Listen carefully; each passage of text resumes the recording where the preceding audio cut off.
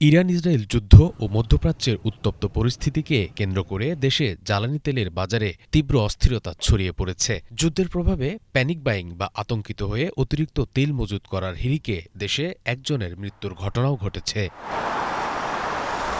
ইতিমধ্যে মধ্যপ্রাচ্যে চলমান উত্তেজনায় জ্বালানি তেলের প্রভাব পড়তে শুরু করেছে বিশ্বের বিভিন্ন দেশে। তবে পাকিস্তানের খবরে চিন্তার ভাঁজ অনেকেরই। পাকিস্তানের গণমাধ্যম ডনের খবরে বলা হয়েছে, সোমবারের মধ্যে দেশটির ৭০% পেট্রোল পাম্প বন্ধের ঝুঁকিতে রয়েছে।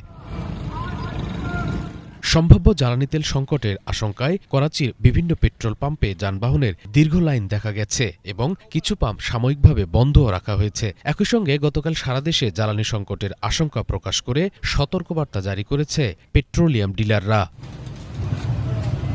পাকিস্তান সরকারের পক্ষ থেকে বারবার বলা হচ্ছে, দেশে পেট্রোল ও ডিজেলের কোনো ঘাটতি নেই। তবে নতুন জ্বালানি মূল্যের ঘোষণা কার্যকর হওয়ার আগের রাতেই অনেক নাগরিক তড়িঘড়ি করে জ্বালানি তেল কিনতে পাম্পে ভিড় করেন।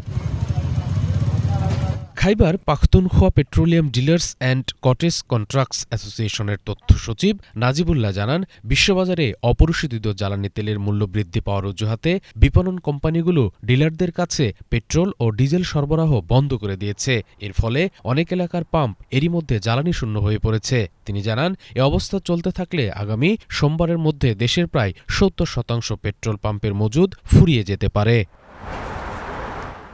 অ্যাসোসিয়েশনের প্রাদেশিক সভাপতি গুলনওয়াজ খান জানান, চলতি মাসের শেষ নাগাদ এ সংকট আরও প্রকট হতে পারে এবং এপ্রিলের মধ্যে দেশের পাম্পগুলো পুরোপুরি শূন্য হওয়ার ঝুঁকি রয়েছে। তিনি সরকারকে জরুরি ভিত্তিতে জ্বালানি সরবরাহ নিশ্চিত করার আহ্বান জানান। অন্যথায় দেশের পরিবহন ব্যবস্থা ও স্বাভাবিক জনজীবন স্থবির হয়ে পড়বে বলেও জানান তিনি।